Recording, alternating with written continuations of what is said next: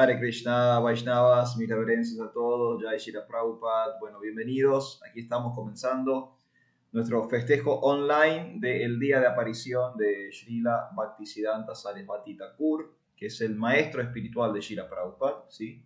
Y un gran acharya de nuestra tradición espiritual. Hoy, en este encuentro online, vamos a contar brevemente su biografía, o por lo menos los hitos más importantes de su biografía. Fue una persona que hizo muchísimo por la difusión de conciencia de Krishna. Entonces, bueno, en pocos minutos no podríamos resumir todo lo que hizo en su vida.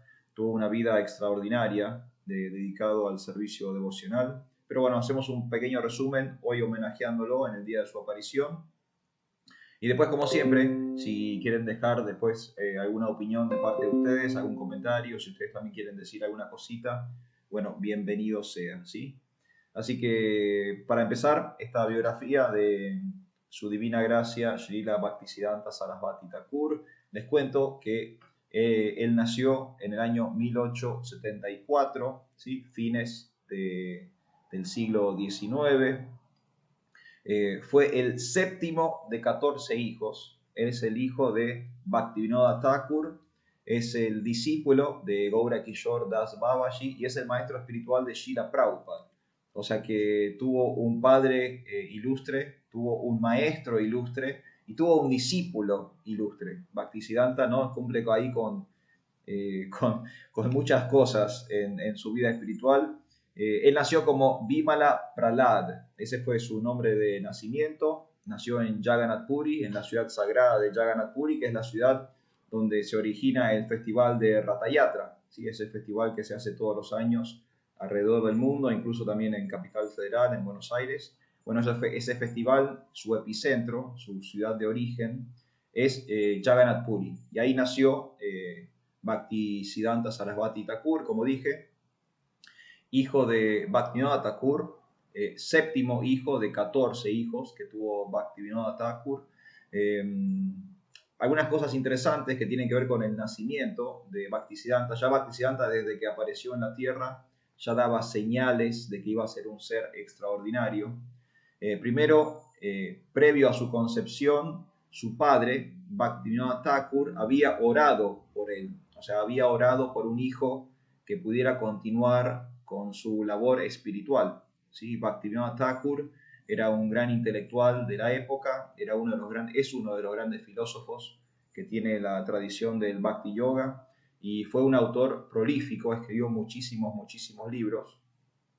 Y él en un momento empezó a temer de que su herencia espiritual no iba a ser continuada, ¿sí? Él tenía muchos hijos, pero no estaba viendo en sus hijos nadie con la potencia necesaria para continuar la labor de prédica que él había comenzado. Entonces él empezó a orarle a Krishna para concebir un hijo con esa misión específica, que le viniera un hijo que pudiera continuar con la labor espiritual. Específicamente, Bhaktivinoda Thakur dice que él había orado por un rayo de Vishnu, había orado como para que el Señor le mandara un hijo en particular, y ese hijo fue Bhaktisiddhanta, que, como dije, no solamente fue pedido por su padre al Señor, sino que cuando nació ocurrieron algunas cosas que también denotaban lo extraordinario que él iba a ser. Por ejemplo, Bhaktisiddhanta Sarasvati Thakur nació con el cordón umbilical cruzado en el cuerpo, lo estaba como estrangulando y lo tenía cruzado en el pecho, y eso le generó una cicatriz a Bhaktisiddhanta. Entonces toda la vida tuvo la marca del cordón brahmínico desde el mismo nacimiento. Y otro pasatiempo famoso, también que denotaba un poco la personalidad extraordinaria de Bhaktisiddhanta, fue que cuando era muy pequeño, cuando era un bebé apenas, en el festival de Ratha Yatra, la carroza pasaba justo por la puerta de la casa de Bhaktivinoda Thakur, o sea, por el lugar donde había nacido Bhaktisiddhanta. Y en una oportunidad, en la carroza del señor Jagannath se detiene justo en la puerta de la casa de Bhaktivinoda Thakur. Y esto es muy común, incluso en el Festival de Rotayatra de Buenos Aires, la carroza a veces se detiene por motivos que son inexplicables. A veces son explicables mecánicamente, porque la carroza puede llegar a tener un problema mecánico, pero a veces es inexplicable porque simplemente el señor quiere detenerse en algún lugar de la ciudad y quiere disfrutar del festival también, quiere disfrutar de ese paseo. En ese momento, cuando se detuvo la carroza enfrente de la casa de Bhaktivinoda Thakur, no la podían hacer arrancar, no había forma de moverla, se había como clavado la carroza ahí. Y en un momento la madre de Bhaktisiddhanta sale con él a la calle para ver la carroza. Él, Bhaktisiddhanta, un bebé a UPA, ¿no? A UPA de su mamá. Y cuando sale la madre de Bhaktisiddhanta con el bebé a ver el carro, del carro del señor Jagannath se cae una guirnalda y cae arriba, justo arriba de Bhaktisiddhanta bebé. Sí, todo el mundo lo tomó como una señal de Krishna y en ese momento arrancó la carroza de nuevo, se empezó a mover la carroza de nuevo. ¿Sí? Todo el mundo tomó como una señal de que el señor Jagannath en realidad quería ver a ese bebé, quería ver a Bhaktisiddhanta de bebé, quería tener ese darshan, quería tener esa asociación con su devoto puro. Entonces, bueno, hay unas cosas extraordinarias que tienen que ver con su infancia. Él a los 9 años había memorizado todo el Bhagavad Gita, todos los versos en sánscrito, los 700 versos en sánscrito del Bhagavad Gita, él ya los había memorizado a los 9 años, era muy famoso por eso, imagínense que no es algo normal que un niño de 9 años memorice todo el Bhagavad Gita. Bueno, Bhaktisiddhanta tenía esa capacidad, de hecho él tenía mucha capacidad memotécnica. Bhaktisiddhanta, no sé exactamente cuánto, pero conocía cientos y cientos y cientos y cientos de versos de memoria, de distintas escrituras. Tenía una memoria increíble, podía leer un libro y recordar párrafos enteros de ese libro. De hecho, lo llamaban la enciclopedia viviente. Así que imagínense, ¿no?, que le preguntaban cualquier cosa y él podía citar desde muchísimas escrituras textualmente versos que se los sabía de memoria. Ya a los 9 años había demostrado eso con su memorización del Bhagavad Gita. A los 11 años, siendo muy, muy pequeño, un niño, él empieza a estudiar el Jyotish, que es la astrología védica. ¿Sí? Él empieza a interesarse por la astronomía, por la astrología, y fue uno de los grandes astrólogos de fines del siglo XIX, comienzos del siglo XX. Tanto es así, por ejemplo, que él escribió 5 libros sobre astrología y hay uno que se considera como el libro de cabecera del Jyotish o de la astrología védica, se llama Surya Siddhanta, ¿sí? Que hasta el día de hoy es un libro que se considera como la autoridad máxima en la astrología védica. Bueno, ese libro lo escribió Bhaktisiddhanta Sarasvati Thakur, era un astrólogo de primer nivel, había estudiado desde muy pequeño y tenía un muy profundo conocimiento sobre la astrología védica. De joven trabajó como secretario de gobierno, también trabajó como historiador gubernamental del gobierno de su ciudad. En ese momento, la India, aunque había una especie como de gobierno centralizado, también aún estaba como subdividido en pequeños reinos. Entonces, distintas provincias o estados tenían como reyes, lo que llamaban Raj, ¿sí? Los famosos Maharaj, los grandes reyes de las distintas, digamos, provincias de la India. Bueno, él había empezado a trabajar para una de esas cortes reales como secretario e historiador y después pasó a ser tutor del rey de su provincia, del rey de su estado. Él educó a los príncipes del estado de Tripura, que era el lugar donde él estaba viviendo en ese momento. Era como el maestro particular de los príncipes de la región. De eso trabajó cuando era joven. Y en 1901, o sea, 1901, a los 27 años de edad, Bhaktisiddhanta Thakur conoce a su maestro espiritual, Gaura Kishore Das Babaji. Y ahí hay un quiebre grande en su vida. Él hasta ese momento, hasta los 27 años, era un joven educado, había ido a lo que son los estudios superiores para nosotros, conocía varios idiomas, ya había escrito varios libros, era un intelectual, ya era considerado un intelectual. De hecho, ya tenía el sobrenombre de Siddhanta Sarasvati, que justamente denotaba su, digamos, academicismo o intelectualidad. Entonces ya era una persona como reconocida en esos ámbitos escolásticos, y a los 27 años, en 1901, él conoce a Goura Kishore Das Babaji, quien va a ser su maestro espiritual. Él en ese momento tiene el deseo de tomar iniciación, y él quiere tomar iniciación originalmente de su padre. Él quiere tomar iniciación de Bhaktivinoda Thakur. Bhaktivinoda Thakur era un gran devoto de la época, y él admiraba a su padre, quiso tomar iniciación con su padre, y Bhaktivinoda Thakur le explicó a su hijo que esa no era el protocolo, esa no era la etiqueta, ¿sí? Que un padre no le da iniciación a su hijo, él tenía que buscarse otro guru. Y Bhaktivinoda Thakur, su padre, le recomienda a Goura Kishore Das Babaji. Entonces, Bhaktisiddhanta va a buscar a esta persona, a este hombre santo, lo conoce, queda fascinado y quiere tomar iniciación con él, Goura Kishore Das Babaji. Lo interesante acá es la dinámica que hay entre ellos, que son como polos opuestos. Por ejemplo, Bhaktisiddhanta Sarasvati Thakur era una persona joven, era bien educado, sabía varios idiomas, había escrito ya varios libros. Y Goura Kishore Das Babaji era como su contrario. Ya era un anciano, era analfabeto, era un renunciante, era una asceta. O sea, como que vivían en dos mundos paralelos, ¿no? Completamente distintos. Pero bueno, ese es el guru que elige Bhaktisiddhanta, y después finalmente toma iniciación de él, toma iniciación de Goura Kishore Das Babaji. En 1908 empieza su vida espiritual plena, se dedica, digamos, 100% a la vida espiritual, renuncia a lo que eran sus trabajos en la corte, renuncia a su trabajo como tutor, como maestro particular, se dedica a peregrinar, se dedica a viajar por lugares santos, empieza a conocer a otros grandes Vaishnavas, se dedica 100% a la espiritualidad, empieza a dar charlas, empieza a escribir libros acerca del Bhakti Yoga, y hace una promesa en ese año 1908, que es cantar 1.000.000.000 de veces el Mahamantra Hare Krishna. 1.000.000.000 de veces, billón con B larga, ¿sí? Es un número grande, 1.000.000.000 de veces. Y él tarda 10 años en completar ese voto, ¿sí? Tarda 10 años en poder cantar 1.000.000.000 de veces el Mahamantra Hare Krishna. Eso fue comenzado en el año 1908, cuando él renuncia a sus actividades materiales y se dedica 100% a la espiritualidad.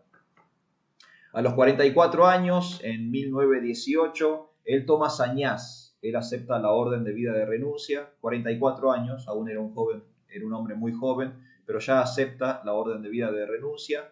Y ese año él crea una institución que se conoce como la Gaudiya Math.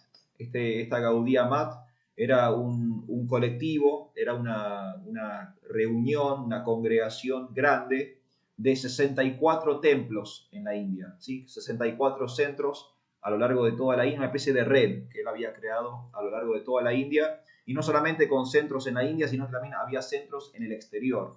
Se llegó a fundar un centro en Alemania, un centro en Inglaterra y un centro en el sudeste asiático, en Burma. Y esto fue creado por Bhaktisiddhanta Sarasvati Thakur en el año 1918, cuando él tenía 44 años, el mismo año que él tomó sannyas, aceptó la orden de vida de renuncia. Y después pasa quizás el hecho más significativo para nosotros con respecto a Bhaktisiddhanta Sarasvati Thakur, y es que en el año 1922, cuando él tiene 48 años, conoce a Srila Prabhupada, ¿sí? Que en ese momento no era Srila Prabhupada, era Abhay Charan, ¿sí? Srila Prabhupada tenía 25 años, Bhaktisiddhanta tenía 48 años, y se conocen por primera vez, tienen una primera charla, y por la inspiración de esa primera charla es que Srila Prabhupada después se dedica a su misión internacional, ¿sí? Lo que le dijo Bhaktisiddhanta en ese primer encuentro, en el año 1922, fue lo que en última instancia inspiró y entusiasmó a Srila Prabhupada para después finalmente viajar a América muchas décadas después. 11 años después, o sea, en el año 1933, Bhaktisiddhanta Sarasvati Thakur le dio iniciación a Srila Prabhupada. Srila Prabhupada estuvo 11 años refugiado en Bhaktisiddhanta y después de 11 años finalmente tomó Diksha, tomó iniciación de Bhaktisiddhanta Sarasvati Thakur. Eso fue en el año 1933. Entonces ahí tenemos el gran legado que nos dejó Bhaktisiddhanta, que fue a Srila Prabhupada. ¿Sí? Ese fue como su herencia para nosotros. Y bueno, y otras grandezas de la vida de Bhaktisiddhanta, como dije antes, escribió muchísimos libros, escribió unos 100 libros acerca de conciencia de Krishna, además de publicar revistas, tenía diarios. Imagínense un diario, imagínense todos los días ir a un kiosco y poder comprar un diario dedicado a conciencia de Krishna. Increíble. Bueno, Bhaktisiddhanta tenía eso. Había diarios del Bhakti Yoga, tenía 3 imprentas montadas en distintas ciudades principales de la India que imprimían constantemente este material gráfico consciente de Krishna. Fue un gurú no convencional, fue un predicador que rompió, digamos, con muchas tradiciones históricas del Vaishnavismo. Por ejemplo, Bhaktisiddhanta Sarasvati Thakur usaba abrigos, ¿no? Los sannyasis históricamente, tradicionalmente, solo usaban, digamos, muy poca ropa, pocas telas, pero él usaba camperas, usaba gorros, usaba zapatos, cosa que también los sannyasis históricamente no usaban, andaban descalzos, bueno, él usaba zapatos, andaba en auto, ¿sí? Se movilizaba en medios de locomoción modernos, contemporáneos de su época. Históricamente los sannyasis caminaban o a lo sumo se movilizaban en algún carro. Él fue bastante, como digamos, innovador en ese sentido. Srila Prabhupada sin duda se inspiró en eso, ¿no? Para hacer todas las adaptaciones y todas las modernizaciones que hizo Srila Prabhupada luego. Envió discípulos al exterior, ¿sí? Antes que Srila Prabhupada, 3 discípulos de Bhaktisiddhanta, o sea, 3 hermanos espirituales de Srila Prabhupada viajaron a Europa. Estuvieron en Alemania, estuvieron en Inglaterra, crearon centros conscientes de Krishna, centros Hare Krishna en Europa. Y muchos años antes de Mahatma Gandhi, ya Bhaktisiddhanta Sarasvati Thakur estaba predicando en contra del sistema de castas que estaba impuesto en la India. ¿Sí? Bhaktisiddhanta Sarasvati Thakur estaba en contra del sistema de castas. Él decía que cualquier persona que estuviera cualificada podía ser devoto de Krishna. No es que uno era consciente de Krishna solo por nacer en un estrato de la población determinada, sino que uno podía venir desde cualquier lugar sociocultural y si se cualificaba podía ser devoto de Krishna. Entonces él muchos años antes de que Mahatma Gandhi hiciera, digamos, carrera política y reforma social con el tema de eliminar el sistema de castas en la India, bueno, ya Bhaktisiddhanta Sarasvati Thakur lo estaba haciendo. Así que bueno, ahí tenemos un pequeño resumen de su vida, un resumen rápido, pero hay muchas cosas para hablar. De 1874 fue la fecha de su nacimiento, 1937 la fecha en que dejó el planeta, muchos años dedicado a conciencia de Krishna. Uno podría decir que ya estaba predicando desde su mismo nacimiento. Su padre, Bhaktivinoda Thakur, había orado para tener un hijo consciente de Krishna que pudiera continuar con su labor espiritual. Y bueno, esa respuesta fue Bhaktisiddhanta Sarasvati Thakur, ¿sí? Esta persona que hoy estamos homenajeando en el día de su aparición, en su cumpleaños, en el día de su nacimiento. Fue el maestro espiritual de Srila Prabhupada y fue la persona que en última instancia inspiró, entusiasmó y impulsó a Srila Prabhupada a que viniera a América. Y gracias a ese entusiasmo es que nosotros hoy somos conscientes de Krishna y nos podemos juntar a hablar sobre estos tópicos, ¿no? Sin Bhaktisiddhanta no habría Srila Prabhupada. Y sin Srila Prabhupada no habría Bhakti Yoga en todo el mundo. Así que bueno, esta es la gran personalidad que hoy estamos celebrando. No sé si ustedes quieren acotar algo, agregar algo, sumar algo al festejo del día de hoy. Hoy el día de aparición de su divina gracia Bhaktisiddhanta Sarasvati Thakur. ¿Estamos bien? Lalita Braya Gopi, ahí levanta la mano. Santa, adelante. Sí, quería comentar que él estuvo eh, amenazado de muerte Sí, varias veces por los brahmanes de casta, perdón, se dice así, sí, sí. brahmanes de casta, a tal punto que una vez eh, llega a él un policía que le dice, tenga cuidado porque vino un agente con una suma fuerte de dinero a querer sobornarnos para que lo matemos a usted. Y el policía le sigue diciendo, nosotros solemos hacer eso, pero siendo usted de ninguna manera. Y ahí nos damos cuenta de la revolución que él causó eh, tratando de inculcarle al mundo esto que usted estaba diciendo, que no hace falta ser brahman, brahman de casta para acceder a la conciencia de Krishna, sino que cualquiera podía hacerlo. Sí, Santa, gracias. Muchas gracias por aportar esa anécdota de la vida de Bhaktisiddhanta. Sí, tal cual. Bhaktisiddhanta se oponía rotundamente a esto.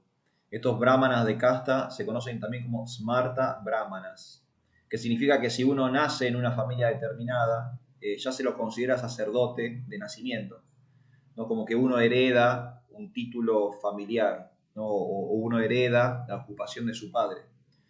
Y Bhaktisiddhanta estaba totalmente en contra de esto. Él entendía muy bien que conciencia de Krishna es una cualificación, ¿no?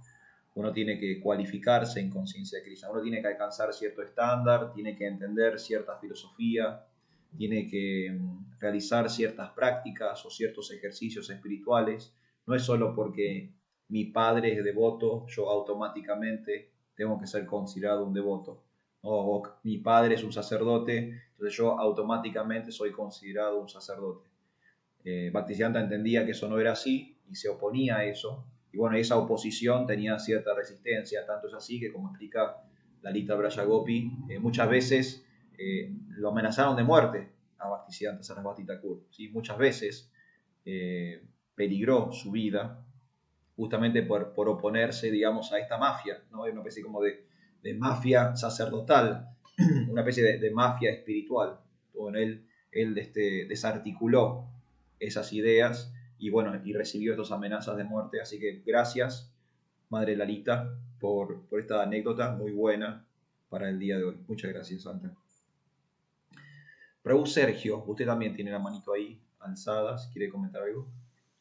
Sí, bueno, yo no tengo el conocimiento de Lalita, pero me llamó la atención lo que usted comentó sobre la vestimenta que llegaba a usar en algunas oportunidades, ¿no? Incluso calzado, ¿no? Sí, Una suerte de precursor de Krishna West, sí, digo, al sí, que pertenece, ¿no? claro, claro, De sí, alguna sí. forma él decía, bueno, a ver, ustedes pueden presentar 100 libros, no. Pueden hacer lo que yo hice, no, bueno, yo me voy a poner este abrigo porque tengo frío, ¿no? algo por el estilo, permiso, ¿no? Tal cual. Digo esto nada más. Sí, sí, bueno, sin duda sabemos que el creador del el concepto Krishna West es su santidad Tritayananda Das Goswami, pero las raíces de Krishna West vienen de mucho antes, ¿no? Uno podría decir que ya Srila Prabhupada hizo cosas de Krishna West, Bhaktisiddhanta hizo cosas de Krishna West, Bhaktivinoda Thakur hizo cosas de Krishna West. Estos son tres grandes predicadores que rompieron algunas reglas tradicionales, pero lo hicieron en pos de mejorar la prédica, en ampliar y masificar la prédica. No eran que estaban rompiendo tradiciones solo porque eran, digamos, anarquistas espirituales, ¿no? Porque simplemente querían transgredir reglas y regulaciones. No Sino por que, una rebeldía malentendida. claro, no eran rebeldes sin causa, ¿no? Pero simplemente estaban ayornando, actualizando, digamos, las cosas para que la prédica en el mundo moderno o en el mundo contemporáneo de aquel momento pudiera fluir con mayor naturalidad, ¿sí? Y esa también es la función de la acharya. Siempre en todas las eras va a venir una persona que va a hacer estas modificaciones. Eso significa acharya. Es el maestro que enseña con el ejemplo. Pero este maestro, esta acharya, tiene, digamos, la potestad espiritual, debido a su pureza espiritual, de hacer algunos ajustes con respecto a algunos detalles. Entonces, lo primordial, lo fundamental del contenido se mantiene, pero los detalles de cómo, cuándo, dónde, eso se puede ir ajustando. Y bueno, y Bhaktisiddhanta hizo esto. Hay fotos de Bhaktisiddhanta, ¿no? Hay fotos de él usando campera, hay fotos de él usando gorro, hay fotos de él arriba de un auto, y eran todas cosas que los sannyasis hasta ese momento no hacían. Los sannyasis vestían con dhoti kurta, o sea, con su vestimenta, las telas tradicionales del sacerdocio Vaishnava, no usaban campera, no usaban zapatos, iban descalzos, se movían a pie, a lo sumo se subían a un carro tirado por bueyes o por caballos, no usaban ningún medio de locomoción motorizado. Los sannyasis históricamente tienen prohibido cruzar el océano, y Bhaktisiddhanta mandó a 3 discípulos a Europa, ¿no? Los hizo cruzar el océano, literalmente los hizo cruzar el océano. Prabhupada mismo cruza el océano para venir a América. Imagínense que si Prabhupada se hubiese agarrado de esa tradición espiritual de no cruzar el océano, él nunca hubiese llegado a Estados Unidos. O sea, nosotros no hubiésemos sido conscientes de Krishna si Prabhupada no hubiese roto esa regla. Así que bueno, esa es la labor de la acharya, ¿no? Es la persona espiritualmente avanzada que tiene una visión trascendental y puede hacer esos ajustes en pos de que haya más y mejor conciencia de Cristo. Sergio, ¿quería decir algo más? Sí, también me llama la atención el tema de la gran memoria que poseía. Sí. Un poco como viniendo de otra era, ¿no? De eras pasadas en donde se dice que la memoria era tan grande que, bueno, la gente escuchaba el recitado de todo el Srimad Bhagavatam y lo retenía completo. Y lo podía repetir sin problemas. Lo que usted escribió me hizo pensar inmediatamente en un espíritu, una mente venida de otra era a la actual para tener esa destreza, ese desempeño que le permitiera facilitarle a él la labor de prédica, ¿no? Sí. Si le decían que era una biblioteca ambulante, no es poco, ¿no? Entonces parece ser como que venía dotado también de esa capacidad. Sí, tal cual, Prabhu. Lo que tenemos que entender nosotros es que estos no son seres humanos ordinarios, no es un hombre ordinario. Por eso también nos tomamos la molestia de todos los años celebrarlo, ¿no? Porque es para mantener viva la memoria de estas personas extraordinarias, que son devotos puros, ¿no? Son nityasiddhas, son almas espirituales que solo vienen al mundo material para cumplir con una misión espiritual. No es que vienen acá porque están obligados por guna y karma. No son como nosotros, que volvemos a nacer porque tenemos que terminar con algún tipo de aprendizaje o tenemos que vivir algún tipo de experiencia en el mundo material, ya sea por karma, por causa y efecto, o por guna, por razón de las modalidades del mundo material. Ellos no están afectados por eso. Ellos vienen porque desean prestarle un servicio a Krishna. Y son como enviados de Dios, ¿no? Entonces, Prabhupada es una de estas grandes personalidades, Bhaktisiddhanta, la persona que hoy estamos homenajeando, es una de esas grandes personalidades. Su padre, Bhaktivinoda, fue una de esas grandes personalidades, ¿no? Y eso, por eso también aprovechamos estos encuentros para glorificarlos y tenerlos presentes, porque si no, después con el paso del tiempo la gente se va a olvidar de lo extraordinario de estos seres. O sea, para que tengamos así como un paralelo, para que nos demos cuenta, que nos caiga la ficha de lo importante de estas personalidades, son como Jesús, ¿no? Son como, imagínense, ¿no? Si los cristianos no mantuvieran viva la memoria del Señor Jesús, después con el paso del tiempo eso se pierde, porque sabemos que no, generacionalmente las cosas se van como degradando y se van olvidando. Entonces los cristianos ¿Por qué hacen tanto énfasis en la figura de Jesús? Porque ellos reconocen que es un ser extraordinario, es el Hijo de Dios, ¿no? Era una persona que resucitó, una persona que curaba enfermos, que hacía milagros, no era un ser humano común y corriente. Bueno, nosotros tenemos de esas grandes personalidades en nuestra tradición. Entonces también tenemos que mantenerlos vivos, ¿no? Tenemos que mantenerlos presentes y que la gente en el futuro no se confunda, no crea que eran hombres ordinarios, ¿no? Que eran grandes predicadores pero seres humanos normales. No, eran personalidades extraordinarias, no eran seres puros, ¿no? Devotos puros del Señor.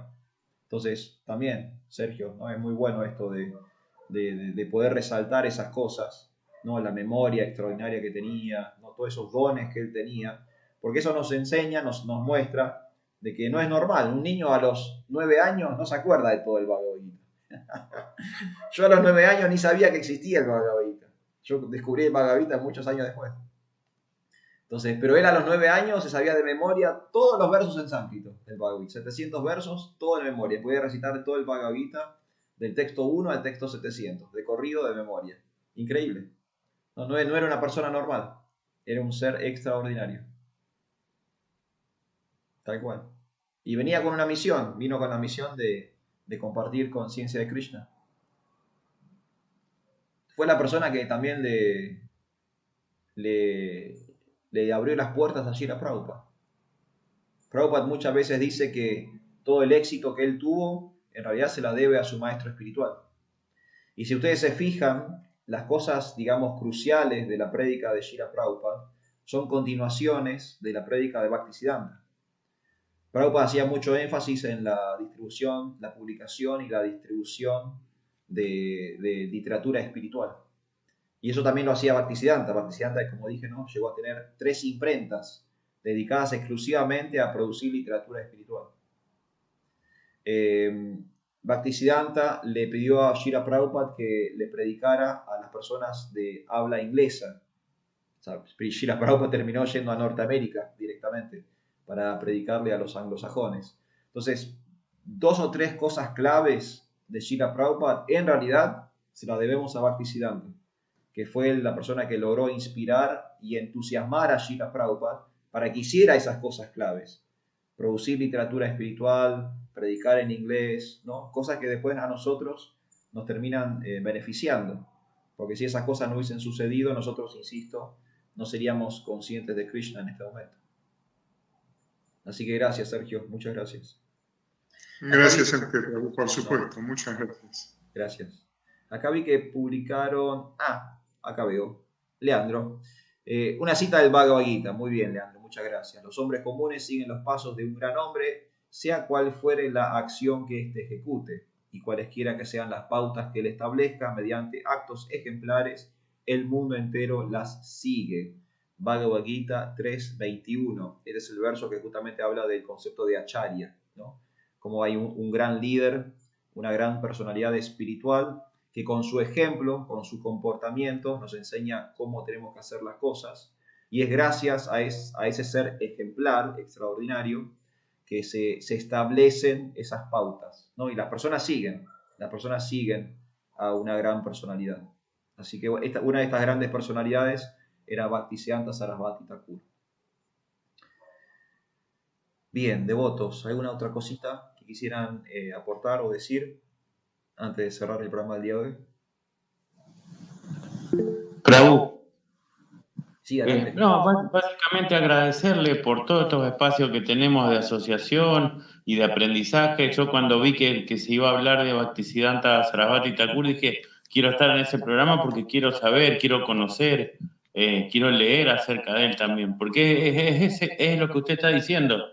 O sea, la decisión de Srila Prabhupada de cumplir con la orden de su maestro espiritual fue lo que nos permitió a nosotros hoy estar en conciencia de Krishna o estar incluso en este programa o habernos conocido, etc.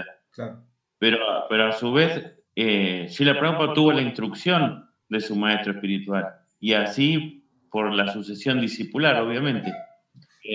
Y eso confirma todo porque nos da la posibilidad de decir, si uno hace lo que su maestro espiritual le dice, uno está directamente posicionado en el éxito espiritual.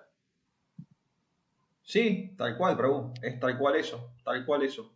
Y entender que nosotros formamos parte de esta genealogía espiritual, ¿sí? Estos son nuestros antecesores, ¿sí? Son nuestros ancestros espirituales. Yo tengo mi maestro espiritual que sería como mi padre espiritual. Prabhupada es mi abuelo espiritual. Claro, Bhaktisiddhanta, la persona que hoy estamos celebrando, es mi bisabuelo espiritual.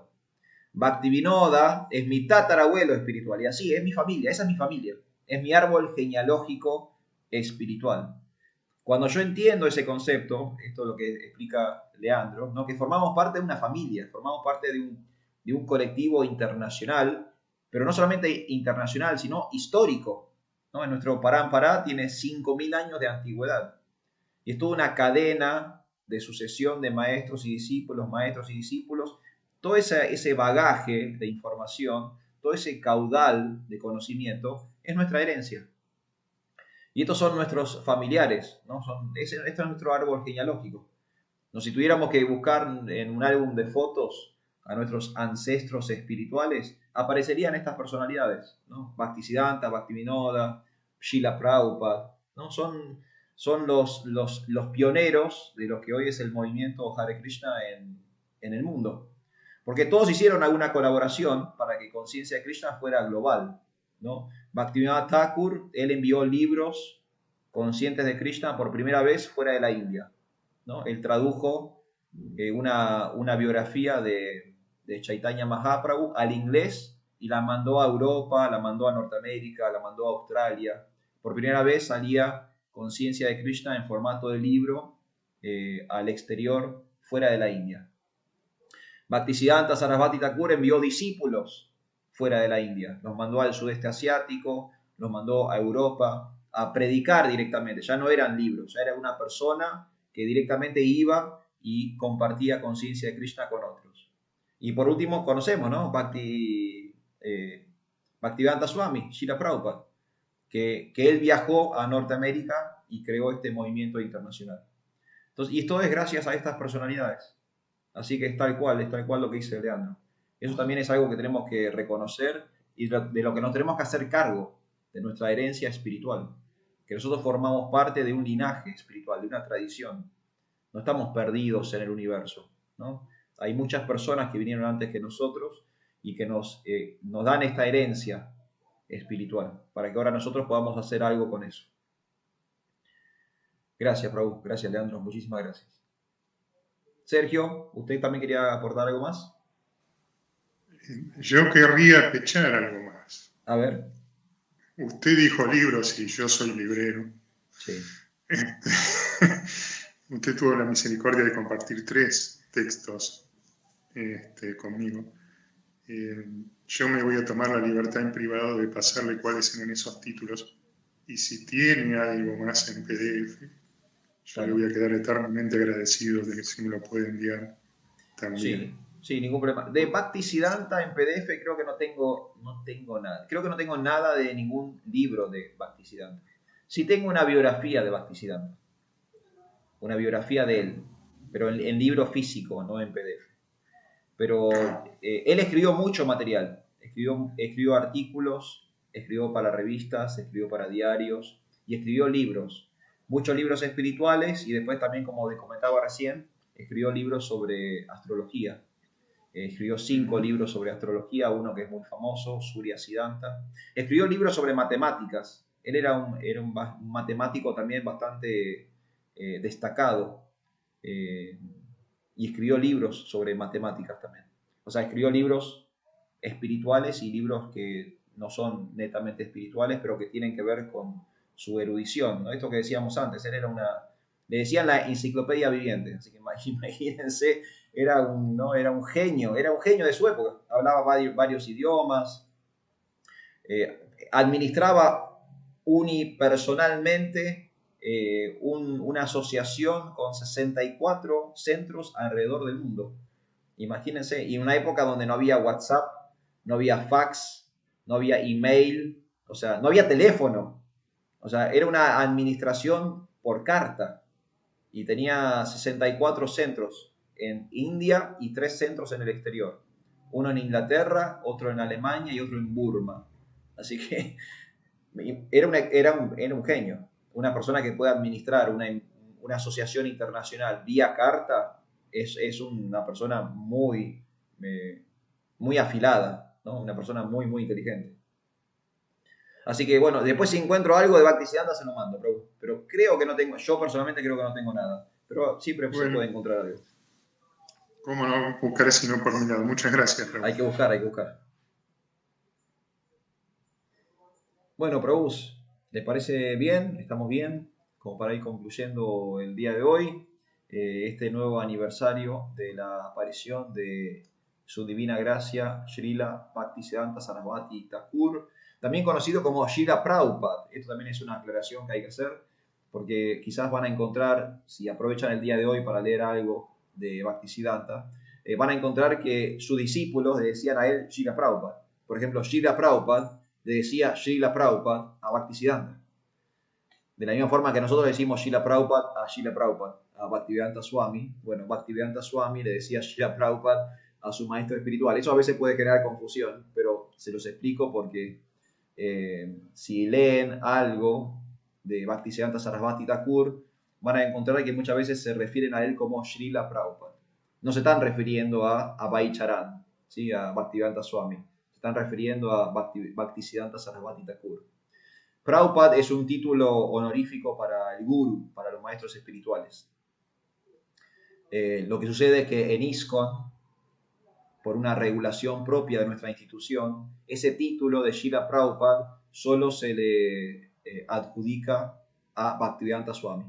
Solo hay una persona en ISKCON que va a tener el título de Srila Prabhupada y es Srila Prabhupada, la persona que nosotros conocemos como Srila Prabhupada. Pero en nuestra tradición, Prabhupada también se le dice a los maestros espirituales en general. Y Srila Prabhupada le decía Srila Prabhupada a Bhaktisiddhanta Sarasvati Thakur, a su propio maestro espiritual. Entonces, bueno, hago esa aclaración porque por ahí si leen algo les va a resultar medio confuso, no van a entender quién es, a qué Prabhupada se están refiriendo. Bueno, la cosa es que todos estos maestros son Prabhupada, ¿sí? Tienen todos el mismo título, por así decirlo. Pero bueno, esta es la gran personalidad que hoy estamos homenajeando.